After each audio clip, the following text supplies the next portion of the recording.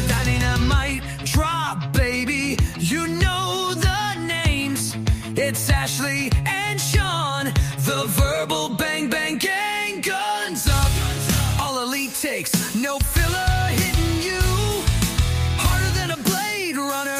You want heat, they deliver every week. It's a thriller, it's a Dynamite Drop, powered by the hub, and that's undisputed.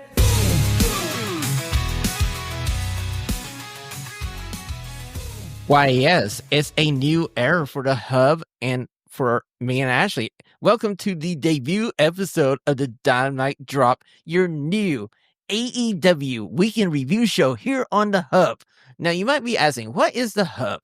Well, it is a collection of professional wrestling podcasts, and this is a double shot Tuesday because you also have Eric B., Randy C., better known as the Raw Dogs, and the puppy in crime, Randy C. Draw Straws Raw. They have your Raw review probably up right now. So once you get done listening to us review a very long AEW pay-per-view, go check the guys out doing the Raw show. It's the best Raw review show on the freaking internet. And they didn't have to pay me to say it. You also get every Wednesday evening Donnie DeSilva and WWE legendary referee Jimmy Cordes going through the week of professional wrestling, telling you what popped them and what flopped. And you need to catch it. Huge Pop is the best week in review wrestling podcast on the internet, and Donnie Sevilla's interviews are A+. And of course, I can't forget our buddies every Saturday morning, Father Gray Fountain, Brad the Dad, the Smack Daddies, as they review Friday Night SmackDown. But now we are the redheaded stepchilds of this network. We're giving you the AEW Dynasty review. Ashlee, have you recovered, or do you still have muddy evening regret from watching a almost 5-hour-long pay-per-view? I am still a bit tired. Can't lie. I think overall a good show, worth it. There is a match, though, that we will talk about when we do our rundown that I feel could have maybe been left off this card, at least saved us about a half an hour or so. I agree with you, and I kind of think I know what that match is. Now, I've seen a lot of scuttlebutt on the internet that a lot of people love the show until about the end part of the main event, and we kind of went into the same situation we had last month where, great show, it kind of fell on a bad ending. But we'll get there. We'll start at the beginning. We'll start with the good stuff. I was going to say, hey, this is a bad ending for some people. Bad ending for some people. But we're going to start with the good stuff. We're going to 0 Hour, Nick Wayne, The Crew versus AR Fox and Top Flight. This was a great match to get the show started. And like we said on All Elite Radio during the preview, this is setting up Nick Wayne to take over the patriarchy. We saw his mom get involved in this match, and Nick Wayne scored the victory. Yeah, a very good match, and a match in which AR Fox absolutely stood out as well. We've spoken about him on our own, and he has been fantastic, and he continues to get over with every crowd he's been put in front of. Nick Wayne also doing a great job as the heel. He seems to be sticking with the heel aspect of the patriarchy, even though he seemed to be pushing back against Christian a little bit before when we last saw Christian. Now, granted, we did not get Father of the Year Christian Cage here to set his son right like I thought on the previous show, okay? But I feel like we're setting the table here for the inevitable Nick Wayne versus Christian Cage feud that we're probably going to get during the summer. Yeah, and I'm very much looking forward to that because getting to see what Nick Wayne has learned from Christian will be very good, and I want to see how he's developed. I want to see kind of more of him like doing promos and things like that. Kind of get this kid out here. He's too good. I know he's young, but he's shown he is valuable. Especially after that match he had last night at Dynasty, I feel like they are ready to hitch their wagon to the Nick Wayne train, and I can't blame them. So the other match we had on 0 Hour was the greatest wrestler alive, Matt Caster, his open challenge, and he was trying to win over the Philadelphia fans. He had a jersey. Unfortunately for him, it was Bill Simmons, and everybody in Philadelphia knows how they don't like Bill Simmons. So then he decides, hey, you know what? I'm from New York, so I don't give a flip of what you guys think. Then we get the return of the 5-tool player, Anthony Bowdens. And this was exactly what it should have been. This is the guy we should have had to do this at this pay-per-view. Yeah, no, honestly, a great return and a great reaction for Anthony Bowdens, who's been out for a while. And What's really cool about this is week after week, we've seen Max Caster come out and kind of be obliterated by some of the top ranking members of the AEW roster, Katsuyori Shibata, Samoa Joe, guys like that. You had Anthony Bowens come in and do the same exact thing. For a guy who's been out, that's like a great look. He looks like he's kind of on the same level as those guys with the way he beat Max's ass. And Max Caster, this character is great. And the way he plays off the crowd now getting into it. We saw the Philly crowd attempting to do the best wrestler alive chant, but not getting the inflection quite right. But I'm very excited to see it seems like they have some big plans in place for Bowens. So seeing where the both of them come out of this on the other side after they feud will be really cool. Well, if you listen to the scrum after the pay-per-view, Anthony Bowens has a mission statement. He wants to be the first openly gay world champion in AEW. And honestly, this dude is money, and I'm wishing him all the best. I would literally let him run for the TET title, the international title, or later on in the show, we might consider they're going to unify the international and the continental title, but Anthony Bowens should be a singles champion before we leave 2025. Yeah, I would maybe a TNT title run or something to cap off the year. Like I said, great new look, new entrance music. Daddy Ass still seems to be on his side, so very excited to see where this new variation of Bowens goes from here. The only thing I didn't get in this match, it only lasted 48 seconds, was Anthony Bowens taking the plaque that holds the copyright for the greatest professional wrestler alive and smashing it right over Matt Caster's head. Yeah, that would have been a good touch. Max Caster definitely deserves it. So now we move to the opening of the show. Now, Jeff Jarrett, during the 0 hour, mentioned that, hey, we're going to start with Will Ospreay versus Kevin Knight. And boy, this match delivered. And actually, I couldn't believe it was only 13 minutes and 50 seconds. Yeah, absolutely. Kevin Knight coming in and stepping in for the injured Jay White. I mean, how do you come in like this and just look that natural and that good in the ring with Will Ospreay of all people? Like, he looked fantastic and showed right off the bat in just this past week and a half, essentially, why AEW chose to sign him. True. And you remember on the previous show, I was kind of worried how we would get through this match because you have Will Ospreay, who's one of the top level players in AEW, and you just have your new signing and Kevin Knight, who takes the L here. And I was trying to think of creative ways where we could have like a no contest or some kind of interference to help save the face of whoever loses the match. It wasn't even needed. These two guys had that one hell of a match. At the end of the match, Will Ospreay looks at Kevin Knight and goes like, "You're that close to getting me. That was a damn good match." And I just had one trick up my sleeve that you didn't see. Yeah, no, absolutely. Kevin Knight, like I said, he looked so natural and so right in there with Will Ospreay. There's so many guys on this roster that I cannot wait to see him go one-on-one with. Very true. Now, we do have Will Ospreay advancing into the next round, and we'll talk about who he may face in the next round. And I got a feeling that we're heading exactly where I thought we were going to do during the previous show. But up next is probably my favorite match for this night. It's the Hurt Syndicate versus Big Bill and Bad Apple Brian Keith. And the reason this is one of my favorite matches is because we are getting that Big Bill push, and MVP was on the mic selling Big Bill like $1 million. Yeah, no, he has been fantastic every time he's hopped on the commentary. No surprise, honestly. Big Bill looks great. I love still continuing with MJF too, popping in and getting involved here, much to Bobby Lashley and Shelton Benjamin's dismay, because they did not seem still very happy with MJF. No, they didn't. They were like looking at him like, "Why the beep are you here? Why are you getting involved in our match? We got this. We had it handled. We still don't need you." I am curious to see if maybe this was a bit of MVP's doing to try to get his boys over on MJF. I still kind of feel like I don't know where MVP is standing right now, because he feels like he wants MJF in there, but the more Bobby Lashley and Shelton Benjamin have pushed against it, he seems a little more inclined to listen to them. So I don't know if we're heading for, MJF popping in and wrecking them, or, maybe they break up under this tension. I don't want to see that though. So I'm hoping we get some MJF kind of gets out of here before he does the inevitable and ruins this. Well, I got a feeling we're heading to All In Texas, and you might want to pencil in Bobby Lashley versus MJF for All In Texas. I got a feeling that we're going to have to go down this road to get to this match and this feud, and I have a feeling that we may see MVP break away from Bobby Lashley and Shelton Benjamin and be the mouthpiece manager of MJF, and maybe MJF becomes AEW World Champion somewhere in 2025 with MVP as his manager.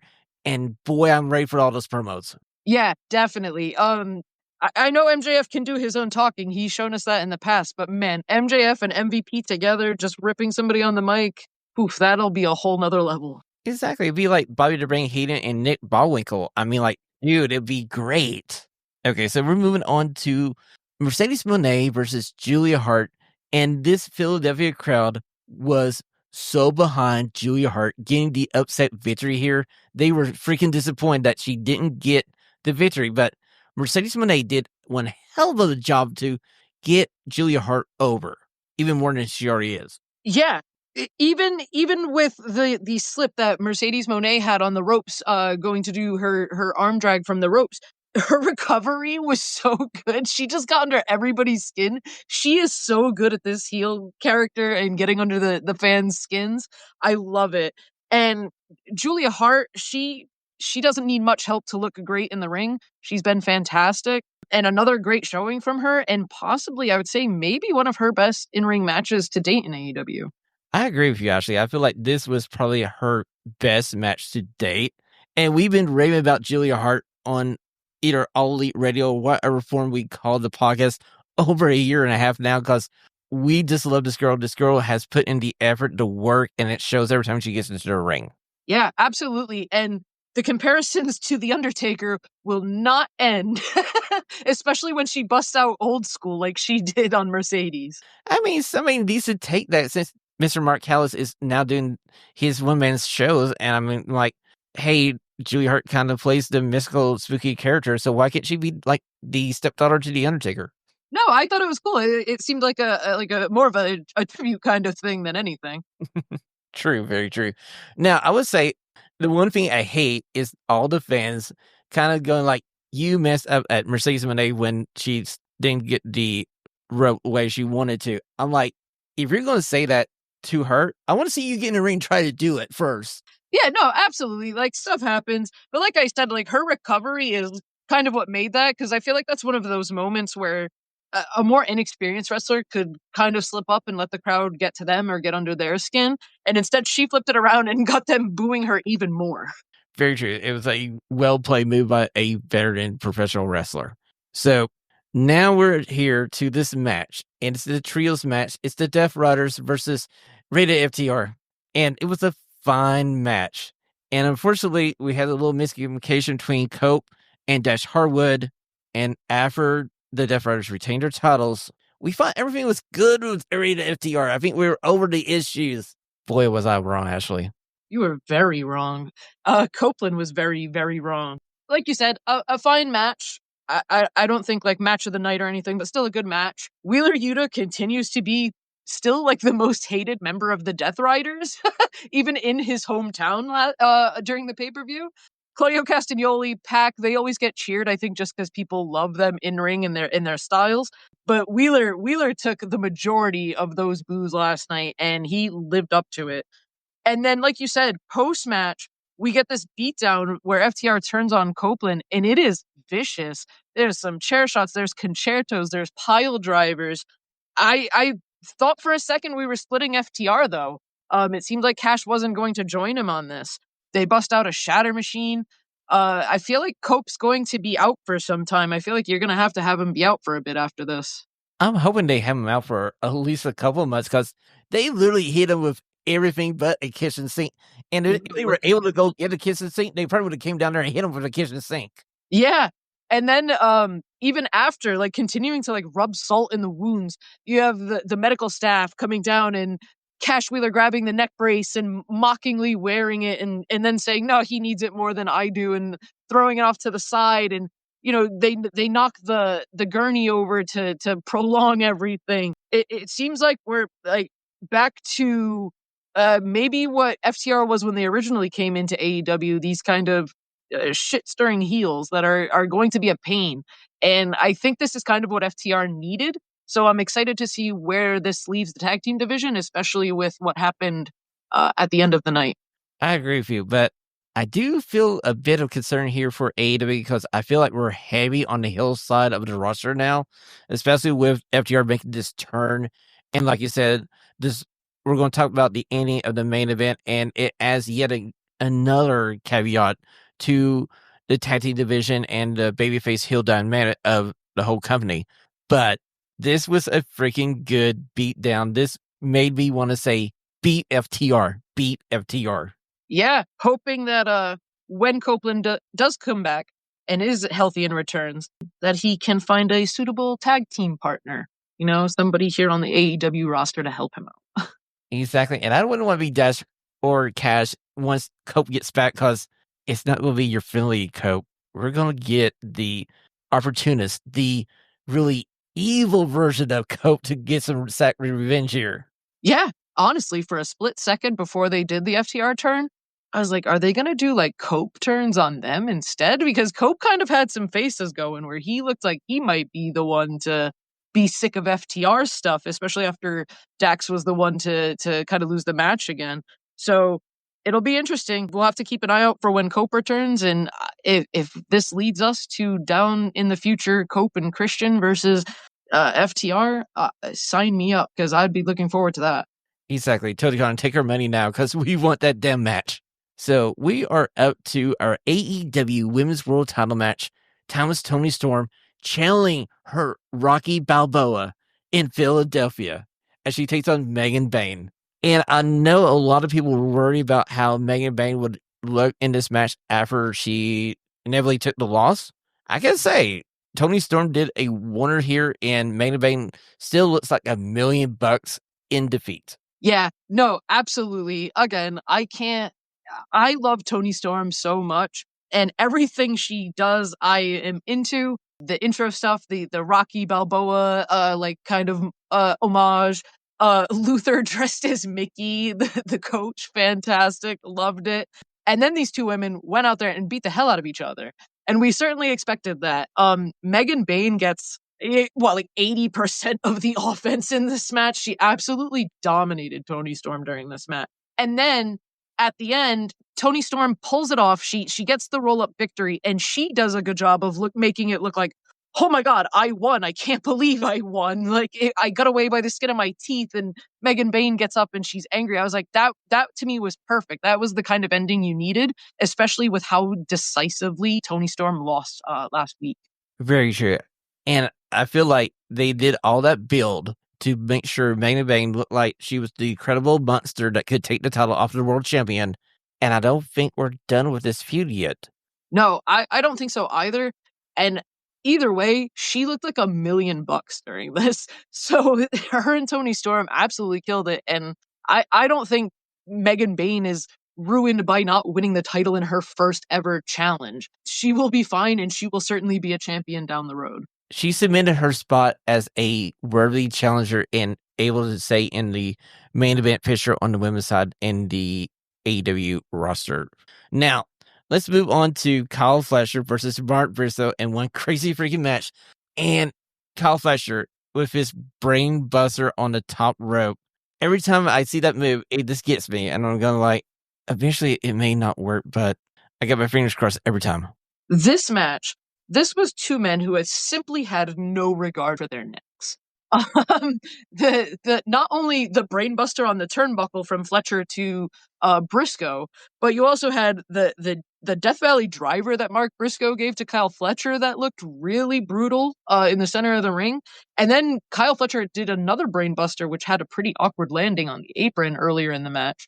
Both of these guys are great. There's no doubt about it. And Kyle Fletcher just continues to be a prodigy. Like I've said it before, I don't know how long you can really keep him out of the world title picture. I mean, if I was a betting person in this Owen Hart men's tournament, my money would be on Kyle Fletcher. I know there's a large Will Ospreay contingent that would be like, you're crazy. It should be Will Ospreay, but just look at Kyle Fletcher and what he's done in the last 3 to 4 months here on AEW TV, I'm kind of signing my money over to Kyle Fletcher now. Truthfully, it's hard not to. AEW obviously, has big plans for him. He's put on a hell of a match every time he's gone out there, and him winning this tournament wouldn't surprise anybody, I think. I don't think it would. Now, we're up to a match that I know I was watching it, and when they announced the winner for the first part of this ending, I was going, please, dear God, let me still have a partner for this podcast. Or do I need to go start handing out flyers like, I need a co-host? Because we're talking about Bambino versus Chris Jericho, and Chris Jericho uses the bat to get a pinfall victory, we think, on Bambino, and Bambino's going to lose the match, and I thought I was going to lose my Popat's partner. But I was about ready to call you, Ashlee. I was like, that's how afraid I was. Oh my God. All right. So one of my biggest pet peeves with AEW is this lack of separation with the Ring of Honor stuff. It always makes the Ring of Honor world title feel like an AEW mid-card title, which I don't appreciate. I am happy we have a new champion coming out of this match. However, the match itself, it's fine. I don't think Chris Jericho is necessarily the worst wrestler in the world in the ring. His character is just beyond what I can handle anymore. I hope this means we get a bit of a break, but the ending of this match for me completely threw me off. Having the kind of like dusty finish of Jericho winning and then having the bat revealed to the referees who then restart the match and then Bandito wins.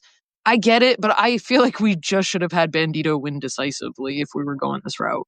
I think so too. I feel like him having a clean, strong victory over Chris Jericho and holding that title high at the end of the match would have done a little bit better for Bambino and the state of the Ring of Honor world title. And I kind of agree with you, Ashlee. It feels like the occasional mid-card, if you're looking at WWE, for instance, it would be like the European Championship when they had that in the WWF. And I'm going like, no, it shouldn't be. That's a Ring of Honor world title. Adam Cole had that title. The American Dragon had that title. Nigel McGuinness had that title. CM Punk had that title. Right. And it's not even like a slight to anything, but even now recently, we've had Athena, the Ring of Honor Women's World Champion, also on AEW. So now you have both world championships for Ring of Honor now being featured on AEW television and sort of leaving Ring of Honor a bit titleless. And I feel like it's kind of a struggle with that. Very true. So we'll move on to the TNT Championship match. This is no time limits, no seconds. It's Adam Cole, baby, versus Daniel Garcia. I want to love this match, but it kind of felt weird. And maybe it was the fact that we had like so many Panama Sunrises and a lot of spots where they were dropping each other on their heads. And I'm going like, guys, come on, let's just be a little safer or something. You know what I mean? Yeah. Also felt a little weird because I think we both kind of predicted that we would get felt at least we would get a turn maybe from Adam Cole, but I kind of expected maybe even if Daniel Garcia, lost, maybe we would get him turning heel or something like that. It kind of just felt like a match that simply just did what it needed to do. Like it was a match that was fine. It's not necessarily the worst match. It's not the best match by any means, but we kind of have a reset with the TNT Championship and our new champion in Adam Cole. I think that was the goal of this match, was to hit the reset button on the TNT Championship. And maybe we just had high expectations of this match because of the two gentlemen in the ring, and we know what they can do. And we were just so excited for this match. Maybe we built it up too much in our minds, and it was never meant to be exactly what we thought it was. Yeah, no, I mean, I will say, I do think in terms of, what we've seen both of these guys do, especially here in AEW, a bit of a step below what their normal output is. Well, I gotta say, one match that did not fail to deliver is the next match. It's the international title match. This is your semi-main event, and Ashlee, this semi-main event started at 11 p.m. Eastern. Or did, John? But Kenny Omega, Ricochet, and Speedball McBelly did the yeoman's work to make you care about this match at 11 p.m. Eastern. And they went 31 minutes, and it didn't feel like 31 minutes. No, absolutely. I was going to say they did, and it absolutely worked on me because this match, absolutely. This match is probably my match of the night. This one kicked all sorts of ass. Mike Bailey looked fantastic. Ricochet looked fantastic. And this character for Ricochet, I'm just so happy every time we see him on our TVs anymore because he has been fantastic. And I mean, what can you say about Kenny Omega? He's one of the best, but the way that Mike Bailey stood out in this match, I am so excited to see where we go with him. Well, I get a feeling that we're going to split this off to Kenny Omega versus Speedball Mike Bailey because Mike Bailey has this argument that I didn't get pinned in this match. Omega, shouldn't we have another one? Let me have a chance for that title. This in a singles match. Yeah, no, I would love to see a singles match down the line, especially after this. Honestly, give me both of them one-on-one with Kenny Omega at some point. I can't even get over some of the moves. The backflip double knee on the two of them from Mike Bailey to Ricochet and Kenny Omega, that looks genuinely like one of the worst wrestling moves to take that I've ever seen. Okay, so my spot from this match that I went, oh my God, is you see Kenny Omega laying on the guardrail. You have Ricochet having Speedball Mike Bailey up on his shoulders, and Ricochet delivers a Death Valley driver onto the back of Kenny Omega with Speedball Mike Bailey as being the weapon of choice. They went all out, and these guys are literally the definition of like endurance. So you know that they have the cardio and stuff to back it up. That's why this match was so fast paced. But I am so excited. Like I hope we get Ricochet and Mike Bailey again out of this. I do as well. So we're up to the main event, and this main event has some things going to against itself trying to get started. One, this main event started 15 minutes before midnight, if my math correctly say here Eastern. It sure did, Shawn. So late. And Ashlee, I'll tell you right now, I knew for a fact they were not going to go 15 minutes. This was not going to be a sprint to the finish. No, nope, this was a marathon. Yeah, and I'll say this. I feel like, again, this is the second AEW pay-per-view that has ended in a very divisive ending. I think we knew going into it Swreve was not going to win. And if I'm being honest, I loved the ending. I have been on a roller coaster with the Death Riders and this whole storyline where I've really liked some stuff, I really haven't liked some stuff. It's been back and forth. I need to know why the Young Bucks are here. Okay, Ashlee, I'm going to tell you disagree with you. I completely hate this ending to this match. I cannot stand this ending. And for one reason. The last time we saw the Young Bucks, weren't they kind of afraid of the Death Riders and they kind of bailed on AEW? And we get this match. We see the two gentlemen battle for like 20 minutes. We see Swerve Strickland climb the ladder, hit a Meteora onto Mox through this finish announce table. Right there, I'm going, that's the finish. That's the finish I want. Roll him in the ring. Swerve Strickland wins his title. Bye-bye, Death Riders. Bye-bye. Bye-bye. And I would have been completely happy. It's not happening. Everybody wants it to happen. They haven't hit the point of what the Death Riders is yet. That's why they're not ending it. The point of the Death Riders is either something to do with Yuta or something to do with what this now is. I loved it. Hangman coming out and it being ambiguous, whether he was there to help Swreve or not, was very interesting because they've kind of found some, even ground, but Hangman still didn't seem very happy. So was he really there to help Swreve? We don't know. But him fighting Mox kind of shows maybe, but he seemed to be in response to being attacked by the Death Riders. We have some kind of ambiguity there, and I like that. I don't know if this leads us to something like Hangman and Swreve teaming up against the Bucks, because the Bucks seem like they have not lost any of their arrogance. I kind of thought maybe they would come back to some babyface adulation. This was kind of a spot where I figured maybe Jack Perry might return. But I'm interested. I want to see why they seem so suddenly happy with this. Well, I consider this the most overbooked AEW main event in the history of AEW. And dear God, please do not have the Young Bucks being the masterminds behind the Death Riders, because I'm afraid coming Wednesday night when we get to Dynamite, they're going to literally say that this was the plan all along, and I'm going to go like, oh, hell no. I don't know. I feel like there's a lot of people being upset about something that hasn't happened yet. I don't know why wrestling fans have such a weird aversion to at least seeing where it goes before they get mad about it. It's a very weird way to go. I'm excited. I want to see what happens. If it ends up being dumb, I'll judge it then. Well, if it's going to be them being the leaders of the Death Riders, I would have rather had Shane freaking McMahon be the leader of the Death Riders. I don't think they're going to be the leaders of the Death Riders. I don't think Mox would let that. I hope not. I just hope not.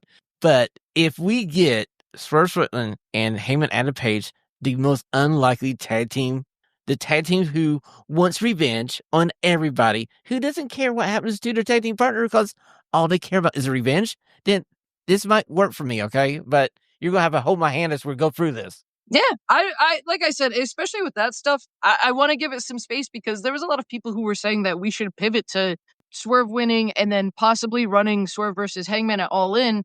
I'd love it. We would all love it. It would be great. But they did just find this common ground. So do we turn around and have a match already? I feel like we kind of got to see where their story is going to go. They've done a fantastic job throughout the past, year and a half now telling this, maybe a little more. I'm willing to give the Elite guys and Jon Moxley. I know the Death Rider stuff has been there, but I'm willing to at least see where this plays out before I kind of judge it. Well, fair point by you, Ashley. You are defending the... Plus, I just missed the Young Bucks. Sorry. I know you're a big Young Bucks fan. I normally am a Young Bucks fan as well. Maybe it was the fact that it was like 12:40 at night, and I just literally sat through a 5-hour pay-per-view, and I was like going, oh, this is the finish to this. And I was going like, why didn't I just watch this in the morning? Honestly, like when the pay-per-view was done, we've talked about the kinds of shows that AEW puts on, and there are shows that AEW has that feels like they are just there to further things along and not be a destination point or an end point for storylines. And that's what this pay-per-view felt like. Like at the end of the year, I don't think will be anybody's like top pay-per-view of the year by any means. But I think it was solid, and I think coming out of it, there was a lot of really good stuff. And the world title picture, I know it's 50-50, but at least it has some direction. So we'll have to just see where it goes, and hopefully the Young Bucks have something up their sleeve. Well, ladies and gentlemen, we will be back on Fridays for you so we can break down what happens on AEW Dynamite right here on the Dynamite Drop. Ashley, where can we find you on the information superhighway? So I am mostly using Blue Sky, and it's at groovyash.bsky.social.